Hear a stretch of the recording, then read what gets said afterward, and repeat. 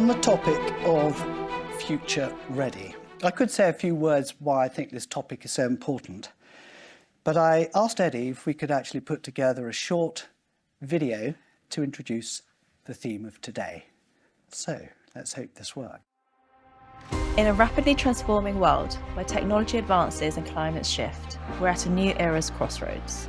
Our world, reshaped by geopolitical forces and conflicts like those in Ukraine, Israel, and Gaza, reflects the fragile balance of global politics. Far-right political disruption challenges our democracies, igniting debates and testing societal foundations. Simultaneously, economic landscapes transform with stock market volatility and the rise of digital currencies, marking a new economic chapter. As inflation soars, escalating the cost of living, families and nations grapple with austerity in an uncertain financial landscape. Despite these changes, climate change and AI emerge as daunting forces. If unchecked, they threaten to escalate environmental catastrophes and ethical dilemmas. Yet, these challenges hold immense potential.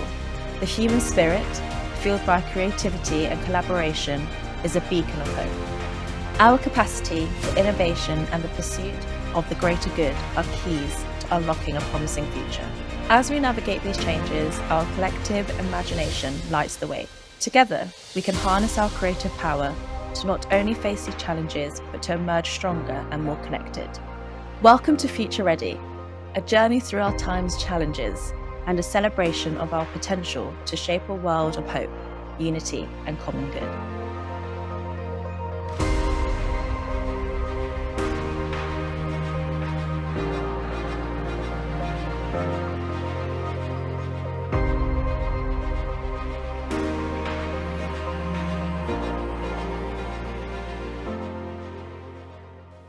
Okay, you may have wondered where that journey was going to take you at the beginning. But I asked Eddie to put this video together, and how long did it take to produce, do you think? Obviously, it was an AI-generated video, based on a narrative that we built together. And I think it took about a day to actually produce. The bit that didn't work in it was the voiceover. So Eddie's wife, very kindly during a lunch break, recorded the narrative, and it was her voice that you could hear. But it's amazing. I think some very important themes in the world, and the context in which we sell is obviously hugely important, and some of these things we're going to be talking about in a bit more detail as we go through. So that set the scene. Can I ask, do you remember the words that were on the video just before it closed? Can you remember what they were? Vision. Ambiguity. Desire to be the best. Empowerment. Yeah, can any of you remember, those of you who've been through the master's programs, of which we have a number, where that came from? Sorry? Is it VUCA? No, it was... Okay. Okay, it failed.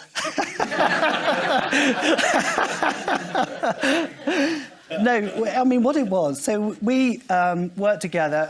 SAP, as you know, is one of our, it's a major client of ours. We did an exercise about 11 years ago where we brought 200 sales managers from around Europe. And we talk about the sales mindsets quite often, but not leadership mindsets. And we did this exercise where we got these 200 managers to brainstorm, what do you think should be the mindsets of great leaders in the world in which we live? And we came up with vision, desire to be the best. You can't remember this exercise, can you? It's module 1. Yeah, it's module 1 in the afternoon of the third day, I think it is. Like, come on, Grant. And the first two, vision and desire to be the best, are more internal. What is your vision? And of course, we're not in sales unless we want to perform really well and highly. So desire to be the best. Empowerment is empowering the people around you. And then potential is the ability to recognize potential in people. So those were the 4 mindsets. And then, of course, in this VUCA world, which has really sped on since then, we're in a world where there's so much unpredictability. And so gradually, every master's workshop we have, we have these superhero characters on the branding. Did you wonder what that was about? Yes. Yeah, so there's an exercise where we say, look, you've got to be a superhero to be in sales, right? And we want you to create a picture of what you think a great salesperson. Do you remember that? Well done, Grant. Yeah, by the way, he's a doctor. He's a Dr. Grant.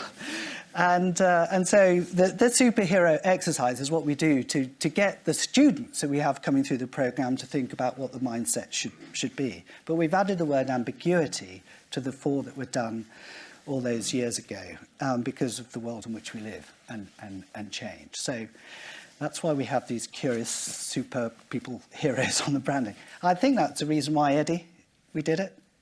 Yeah, it was. Just checking, because I never asked you, but I imagine that was a connection. Anyway, I've spoken about SAP, and I want to introduce now our first speaker. So, SAP, as some of you know, have had, I think, over 150 people go through the master's program, but Cathy's not one of them. Working on it. But it's been an incredible organisation in terms of actually sponsoring education. And as part of the work we're doing with SAP, in Asia, we met Cathy. And Cathy was, well, actually, I'll just say a few words. Cathy at the time was the Chief Operating Officer for the Asia-Pac region, covering thousands of people. Yeah, so had a very, very senior role. But she was working on some really innovative, future-thinking ideas and concepts. And so it was completely brilliant that we're able to get Cathy to come and join us today to share some of her thinking. So I wonder if we could give Cathy a round of applause for joining us. Change. It's what we've just been speaking about. It's what we've just seen. Change is happening every day to each of us, everywhere. Well, if change is so common, how come when I ask you to think of some great examples of change, it's quite challenging to bring a few to mind? Apple, Netflix, Uber. But after that, the list starts to dry up. Well, let me start by sharing a story with you that maybe you might not have heard of about a great example of business transformation and change. Who recognises these? Lego. You'll definitely remember if you stood on one in the middle of the night. Well, Lego is a company that's just over 90 years old. Founded in 1932, Danish toy maker, we all know and love it. And it was doing brilliantly until the turn of the millennium.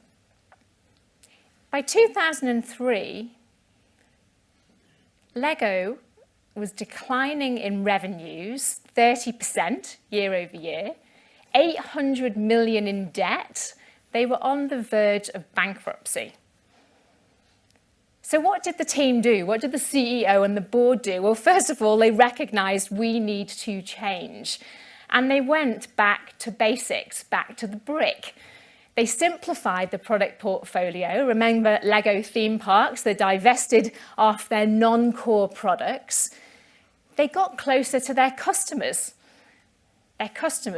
being kids. And kids never lie about having fun. They helped them develop their product. And they also teamed up with the film industry, franchising the Lego Star Wars, Harry Potter. You can probably all name a few. And now Lego is the #1 global toy manufacturer in the world. So what an amazing story. But the challenge is, and maybe why it was quite hard to think of more than just a handful of great change and business examples, is it's it's not necessarily the norm in the business world. 7 out of 10 transformations fail. Transformation programs tend to overpromise and under-deliver.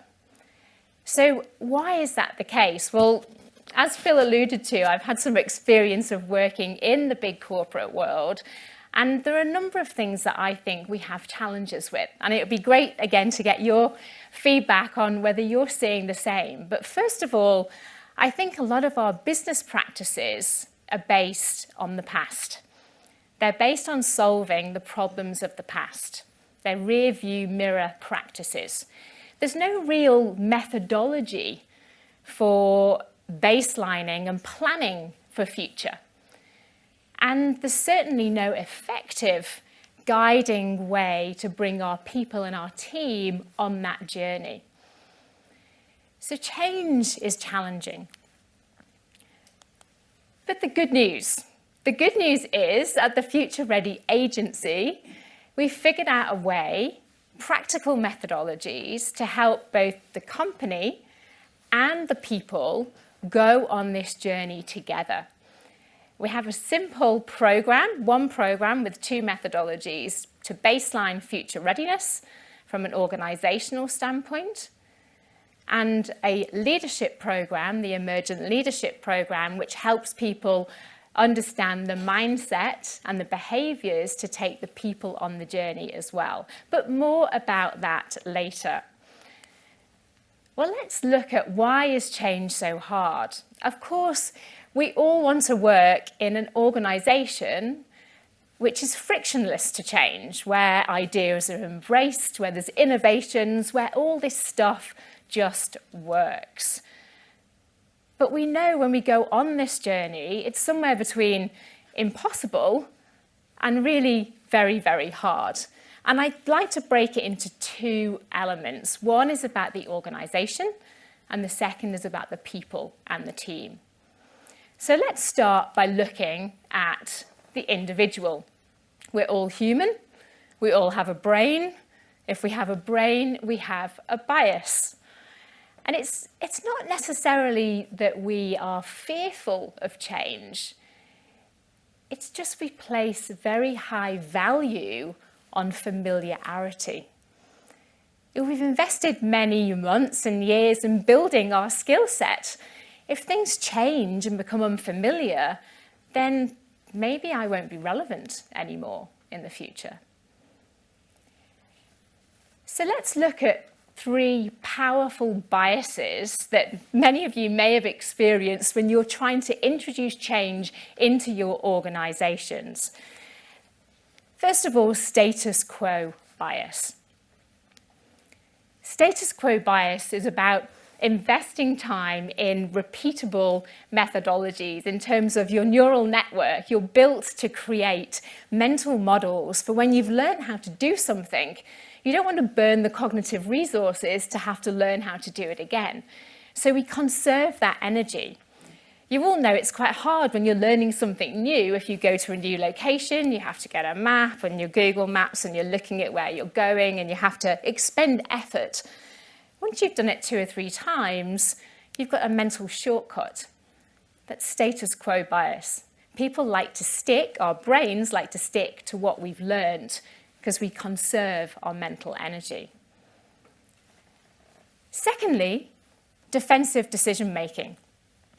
Defensive decision-making is about protecting that blame-free decision. It might not necessarily be the best decision for the organization, but we want to stick to what we know. Choose your bias. Has anyone experienced any of this? Status quo bias, when you've introduced something new, you like to stick to it?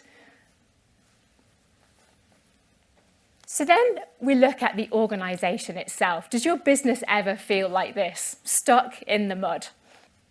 Organizations also have challenges, and they have their own stubborn characteristics, personalities, and traits. Organizations feel often like they're stuck in the mud. Methodologies, practices, and processes. So let's look at a few of these. But before we do, if you think of an organisation as a supertanker going in one direction, it can be quite challenging not let it to just stop, but move it in a different direction. So organisational challenges. Back to that, looking to the past to think about the future. Rear view mirror management. If we're repeating and recycling what happened in the past, it's often very difficult to then say, well, these past practices, how are they going to apply to future problems? And if we look at the past and we simply tweak things, we're only going to tweak them by 1 or 2 percentage points, and that's not going to drive transformation. I think a great illustrative term for perhaps the chaotic decision-making in many organisations is garbage can management, a term coined by March, Cohen and Wilson. Solutions and problems all go into the same garbage can, and depending on who the personality is that's making the decision, they're randomly assigned and the decision pops out. Garbage in, garbage out. And outdated working practices. A lot of our practices are still built on the industrial age, where people were seen as resources for productivity and improving that productivity. I mean, think of your sales process today, your CRM, your sales methodology. How much does that bear a resemblance to what you actually do on the role and in the job? So some of the organisational challenges. So what do we do when we embark on a change and transformation journey? Well, often, in my experience, it's quite a secretive program or project, and a few of the leaders go on an offsite, maybe with a management consultancy, and have a discussion about, well, we need to drive change, we need to change the organisation. And there's nodding, and then we go. We say, okay, let's start to change the organisation. Off we go. And the people come second. So if you think of a sailing analogy, where the boat is the organisation, and the people and the crew are part of the team that need to be taken on the journey, the boat has gone sailing off from the harbour side, and the crew are all left standing on the side. And maybe as the boat gets a few miles offshore, well, then we'll send an email, we'll have an all-hands call, we'll have a fireside chat, and we'll tell the people about the organisational change and expect them to catch up. The challenge is, however fast those people swim, they're not going to catch that boat up. Some might drown, and some may stand on the sideline and never jump in the first place. What we actually need is the boat and the crew working together in one direction so that we are sailing in a common direction. Well, where do you start? Do you start with the organisation? Do you start with the people? You need to do both. We all talk about needing to run and operate now and build for the future, and we need to do it both at the same time. How do we ensure that we have both the company and the people, back to our sailing analogy, speaking a common language and sailing boat and crew in the common direction? Well, I said earlier there was some good news in that we've figured out a practical way to help organisations and teams do this. 2 methodologies, the Future Ready Framework, and the second methodology from the management shift, and Vlatka is on the panel later, is the Emergent Leadership Programme. And it's both of these methodologies working together in one transformation programme as to when the magic happens. So let me just break it down a little bit and talk about the Future Ready Framework. So the Future Ready Framework, where did this come from? Well, when I was the COO in SAP, big business applications company in Asia Pacific, Japan, very diverse region, scalability, 1,000+ people running, a multi-billion business. My role as COO, I was responsible for clearly operating and running the business as it stood today and driving the performance. but also the business itself was going through a big transformation from an on-premise business model to a cloud and subscription business model. Customer engagement was changing from very much a one-time focus to a life cycle focus.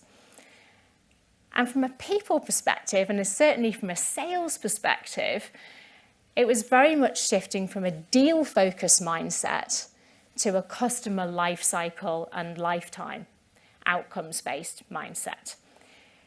So when I started to talk about with the COOs in the COO community and the team was, I think our roles are evolving. I think we need to start to be more future focused, spend some of our time planning for the future, anticipating what change would be coming down the line. And so I framed it as our roles are evolving from being chief operating officers to becoming chief anticipation officers. And back to that status quo bias that I spoke about before, I have to say that was met with some resistance to start off with. There was a sea of blank faces going, Chief Anticipation Officer? No, I'm a COO. We are responsible for running the business now. And Cathy, nice idea, but we've got lots of things that need to get fixed right now. We haven't got time to be anticipating future. And even if we did, where would we start? And that's really how the Future Readiness Framework started. It was a practical way to help our COOs, first of all, get the awareness that things needed to change and where to focus and how their business was, and then help them build that future ready roadmap. So what is it? The Future Ready Framework, it's made up of 3 building blocks. And these are 3 areas where we anticipate the most change. The future of work, which is all about the people side of things, the future of business, really our customer engagement model, and the future of operations, which, in my view and my experience, needs to be much more tech-driven and intelligent tech-driven. So the future of work is more flexible, it's more inclusive, and it's more purposeful. 3 dimensions within that area. The future of business, our customers are wanting now to really shift away from a singular focus on cost efficiency and effectiveness to more resilient, to more networked business. It's not about me operating my business and getting the benefit. It's about we and shared values and the power of the network. In fact, networks are much more agile and resilient when they're responding. And so the dimensions within the future of business, what offerings will your customers want next year, the following year, the following year? How do you operate in an ecosystem, that networked play? And how do you create that customer experience and engagement for your customer, but maybe also your customer's customer? And then the final building block is the future of operations, which is more tech-driven, intelligent tech-driven, it's more collaborative, and it's more agile. So what we did is we created a very simple self-assessment that, first of all, for each COO, helped them do that assessment and say, well, where am I today for my business? How do I baseline from 1 to 5 on each of these dimensions? Am I really focused on operating now, or am I spending time on building future? And it popped out the little diagnostic that you can see here, a spider web that says, this is how I feel about my business. And just that simple exercise started to help the COOs get awareness of, okay, maybe I do need to start to change. So just that step 1 was the awareness. The second step, we then went to each of the leaders of the businesses, so the people leader, head of customer, head of operations, and we did a deep dive into, you tell us about the business that the COO is responsible for and give us that, different dimension. And what was then very interesting is there were gaps between the two. So quite often we all think we're much better at doing things, and then we get the feedback from the team and there were gaps. And it's not to say it's right or wrong, it created a conversation about how to build that future-ready roadmap. And then we took that, put it into a design thinking or a life-centered design, and then started to create the future-ready roadmap. And most importantly, put them into practice in an experimental, innovative, labs-based approach, creating the right environment so that you can be accepting of failure. We had things called a Failure Friday or a Future-Focused Friday, really sharing what worked, what didn't work. And over the course of that, we created some next practices, because when does a best practice go out of date? So that's the organisational and future-ready framework. But to continue with the journey, I think it was towards the end of my first year as COO, I was working with the team on the organisational plans, and each of the COOs for the respective markets had their own future-ready roadmap. But there still felt like a bit of a disconnect with the team. Like it was a different sort of headspace people were in. Like we weren't really talking the same language. And maybe you call it serendipity, but that's when I had met Vlatka for the first time and the management shift. And the management shift is a program that is based on many, many years of research, both academic but practical research with real impact. And it's an evidence-based leadership development program. 5 levels, lifeless to limitless. And each of the levels has a set of experiences, behaviours, language, emotions, each of those levels. And you can only ever move up and down by 1 level. And the premise is, if you get a critical mass of people at level 4, then the magic happens. The organisation is more engaged, there's better performance, there's more innovation, there's more collaboration. So what did that mean for me in my SAP role? Well, first of all, for me personally, I realised that I had this insight as to, well, why was this disconnect between me and the team? Why did I not really connect or communicate to some of the team? And you do a self-assessment for this, and it shows you where you're anchored. So, of course, you're constantly moving up and down the levels all of the time, depending on where you are and what's happening, but you're anchored at a certain level. And so I found that I was anchored at level 4, which is more purposeful, collaborative, it's about team, it's values-based, it's outcomes-driven.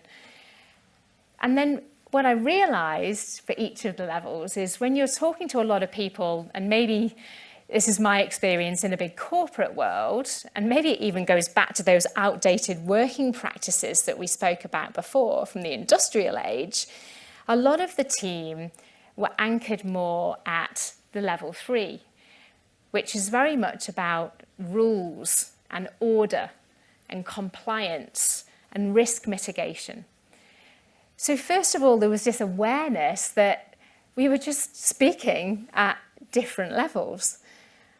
And the second piece was when we took the COOs through this learning journey as well and development program, what we then found is we could have an open conversation. We had a common language to be able to say in a conversation or in a meeting, hang on a minute, let's just take a break. We seem to be bogged down and stuck in going back to what we did before, trying to tweak it and improve it, trying to create, more rules and order and structure and process. Let's just take one step away and then go back and shift ourselves into level 4 and use a different language and create a different mindset so that we were all then thinking in formation at a level 4. And that ultimately led to some breakthroughs that we had with the team and new ideas that really had some significant impact. And I'll share a little bit about that as well. So it's a very powerful methodology that again gives a common language for your own awareness first as step 1 to any change. We all know change starts with each of us, but then also to see where the team is and then be able to have the common conversation to break through. the culture of any organisation is the average of the mindsets in it. It's sometimes interesting to think about the culture of the organisations you're in and your team, and where you're anchored and where the team is. And so these two powerful methodologies under one programme, with the right method and the right mindset, that's when powerful results can happen. So I know we haven't got a huge amount of time today, so if you do want to learn more about my journey and the SAP journey, you can QR code this. It's a longer article in the Sales Transformation Journal, which talks about what we did, how we did it, and some of the impact. But the results, as I mentioned, were pretty remarkable. So 18 months in, our leadership trust, our employee engagement, our business health and culture index had improved by several percentage points. More intrinsic motivation and purposeful connection to the teams mean people want to drive change and want to transform, which resulted, as we shifted from the on-premise to the subscription business model, of subscription revenues that were growing a CAGR of 24% year over year. And this is now reaching €1 billion subscription business for the Asia Pacific Japan region. And then that breakthrough idea that I spoke about earlier, the win rate and the deal size value, the breakthrough idea came from the pre-sales team. And the pre-sales organisation, certainly from an SAP perspective in APJ, was very much time-based recording, activity-driven. And what the team suggested was, well, why don't we do away with the time recording, which, by the way, the whole compensation system's based on, all of the systems and tools.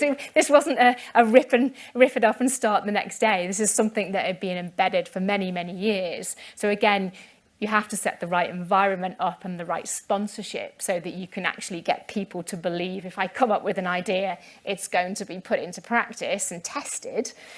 And they shifted from time-based recording into, why don't we engage with our customers and measure our engagement based on customer outcome and customer value?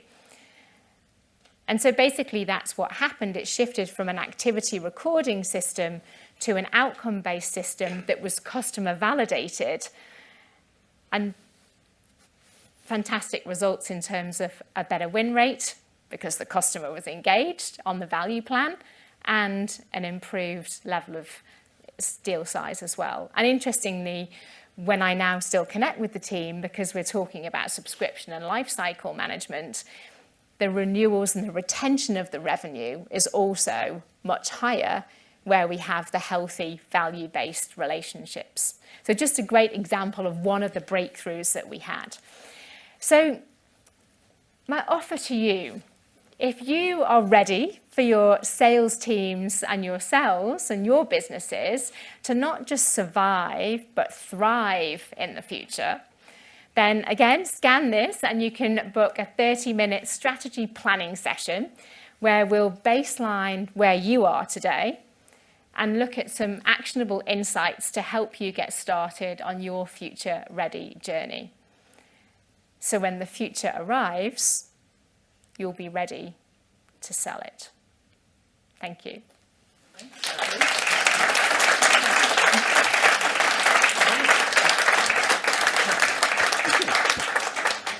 So we've got some time for some questions of Cathy. Anyone got any questions? Do we have mics? Yeah, thank you. Ready. So has anyone got a question you'd like to pose to Cathy? I know it's always the first one to go with a question. Right at the back. Great. Can we? Individual methodology. How did you come up with the naming convention? Sorry, could you repeat the first part? With the individual methodology, how did you come up with the naming convention for that? The limitless to lifeless to limitless. Yeah. That's actually Vlaka's work. So the Emergent Leadership Programme is the management shift, which is a proven methodology, and as I said, backed by 20 years of academic research and practical application. So that's actually Vlaka's work, and there's a fantastic book that you can read, and Black is going to be on the panel later. But yeah, they're the levels of the Emergent Leadership Programme. And then a follow-up question, how did you then decide on what the narrative was, what the language was for each level? I'm assuming that's tailored to your business. Yes, so each of the levels has, again, part of the programme, it has a very simple, there's a lot of detail, but it has a cheat sheet as well for each of the levels, which talks about the language you use, the mindset, the behaviours. So it's very easy to understand, and it's very practical to apply. Yeah. Thank you. Okay. Any other questions? Cathy? Yes, we've got two hands. One at the back and one at the front. So do we take the one at the back first? Sorry, not sure who. Hi, Cathy. Yes, could you introduce yourself and then ask the question? Yeah. I'm Andrew Stewart. Very interesting talk. Thank you very much for that. I was going to ask a question. What if your client base is stuck at level 3 and you're at level 4 and 5, say in a regulatory sector or legal sector or something like that? How do you deal with that for your future pathway? So again, there's lots of examples we can give, and I have the real experts sat on the front row as well. But from a practical perspective, there's different strategies that you can apply to shift up. And a lot of that is about collaboration and networking and bringing in different people to work with each other. So you're always going to have a mix of levels, and you're not only at one level. You are, as I said, constantly moving up and down. But what we found is with our customers, again, you have the same in the customer. You have people that are more collaborative and people that are more rules-based. I mean, in fact, we were just talking about this earlier, people in the design and the product development area versus people perhaps in the engineering and operational area. So you basically can create sort of tripartite groups where you have individuals that represent perhaps 2 people anchored at level 4 and 1 at level 3. And then it's an element of role modelling and coaching to get them to experience it. It's very much, it's a challenge because it sounds intangible when you say it as a business leader, but you have to really experience it to realise that behaviour, mindset and language can really create breakthroughs. And the only way to help people shift is to let people experience it. And that's really by building the individual groups. That's one way. There's lots of different, again, back to the cheat sheets and the framework, there's a whole workshop on strategies to shift and bring people up a level. Yeah. Thank you. Will? Hi, Will, Consalia. I was just interested to know, what was your approach when you went to SAP about the concept of Chief Anticipation Officer versus Chief Operating Officer? And how did SAP respond to that initially? We might have some SAP people here. I think initially, again, you get a mixed response. Any change is back to the status quo bias. People have been in operations for many years. They've built a whole set of responsibilities and skills around that. That sort of sunk cost bias and loss aversion coming across. I think people initially thought it was a bit of a crazy idea, if I'm really honest with you. I think they were like, we have to run a multi-billion euro business and we have all of these operational challenges and we need to drive the performance quarterly driven, well, monthly driven, given subscription. So it was very much, it was a vision. It wasn't real. It was like, nice idea, but I don't understand the connection between this idea and what I do in my day job. And that's really why the whole Future Readiness framework started, was to take the idea and make it practical. And what I would say is it started off as a role, so Chief Operating Officer to Chief Anticipation Officer. It then very quickly evolved into, well, it's not just the role, is that the function of the team? And then actually it then evolved, the more people we had discussions with and engaged, lots of people across the whole organisation, it was a mindset. And I remember in one of the last sort of sessions we did, where we had a very diverse group of people, one of the new grads who just joined SAP, right at the end of the session, said, you know what, this Chief Anticipation Officer thing, it's not a role or a function. It's the fact that we all need to put, for a little bit of our day, our Chief Anticipation Officer hat on. And I think, Cathy, everyone should be a Chief Anticipation Officer for some point of what they do.